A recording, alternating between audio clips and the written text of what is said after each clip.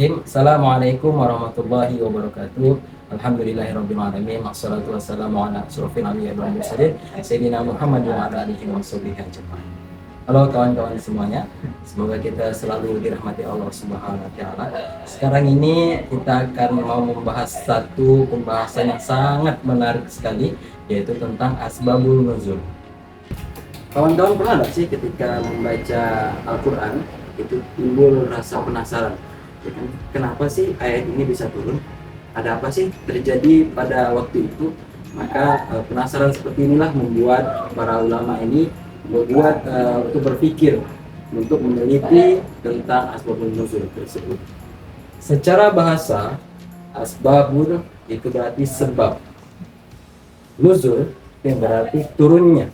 Jadi secara istilah, asbabun nuzul ialah sebab atau peristiwa yang melatar belakangi turunnya satu ayat atau satu surah di dalam Al-Quran.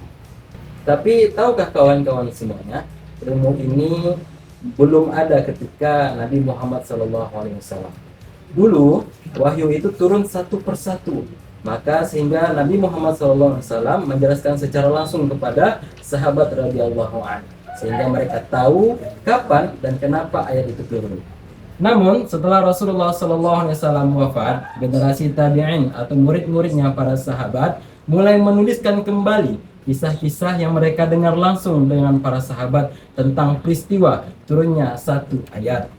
Dan dari situlah lahirnya ilmu tafsir yang disebut dengan asbabul nuzul.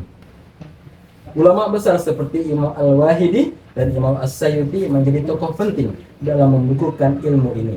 Salah satu karya terkenal adalah Asbabun Nuzul, karya Imam Al-Wahidi yang memberi kisah-kisah dan sebab turunnya ayat secara lengkap.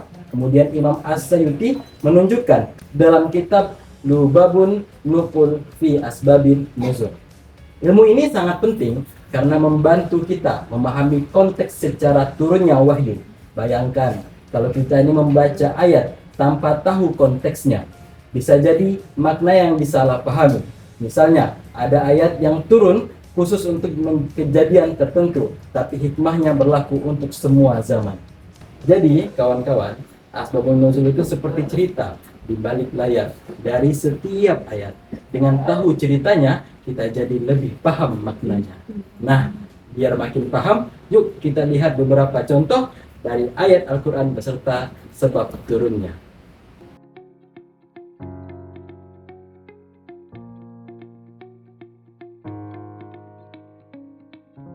Maka kita kasih contoh yang pertama, itu ada di surah Al-Ikhlas ayat 1. Katakanlah dialah Allah yang Maha Esa. Ini sebab turunnya ayat ini sebagai petunjuk dari Allah Subhanahu wa taala. Kala itu orang-orang Quraisy ini berkata kepada Rasulullah SAW, "Hai Muhammad, ceritakanlah kepada kami tentang Tuhanmu itu. Siapakah dia? Dari apa dia diciptakan? Apakah dari emas atau perak?" Ini adalah sebagai jawaban dari pertanyaan-pertanyaan itu secara tegas dan singkat.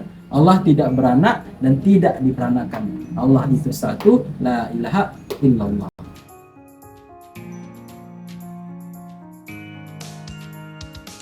Kita kasih contoh yang kedua, yaitu ada surah At-Taubah ayat 40, yang dimana berbunyi, ketika keduanya berada di dalam gua, dia berkata kepada sahabatnya, "Jangan bersedih, sesungguhnya Allah bersama kita." Ini sebab turunnya karena peristiwa, yaitu peristiwa saat hijrahnya baginda Rasulullah SAW bersama Abu Bakar dari Makkah ke Madinah. Mereka itu bersembunyi di gua Sur. Kaum Quraisy ini mengejarnya sampai ke depan gua sehingga Abu Bakar itu merasa ketakutan, dan baginda Rasulullah SAW itu menenangkannya dengan kalimat ini yang sangat luar biasa.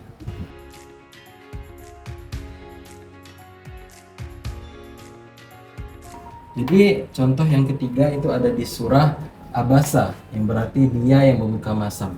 Ayat ini diturunkan ketika suatu hari Nabi SAW sedang serius berdakwah kepada pemuka Quraisy, orang ternama di Quraisy.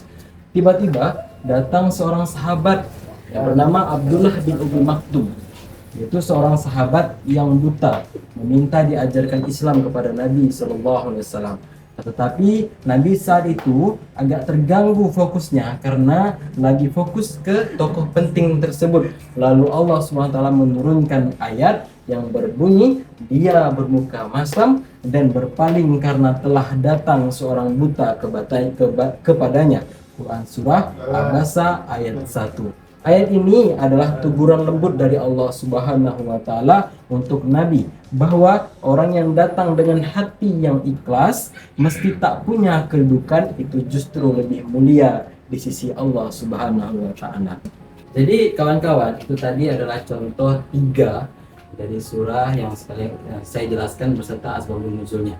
Nah, dari semua kisah itu kita ini belajar bahwa yang pertama, Al-Quran itu bukan sekedar bacaan, tetapi cerita hidup, nasihat, dan kasih sayangnya dari Allah Subhanahu wa Ta'ala. Yang kedua, itu ada setiap ayat yang Allah turunkan punya makna yang dalam kalau kita tahu asbabun nuzulnya.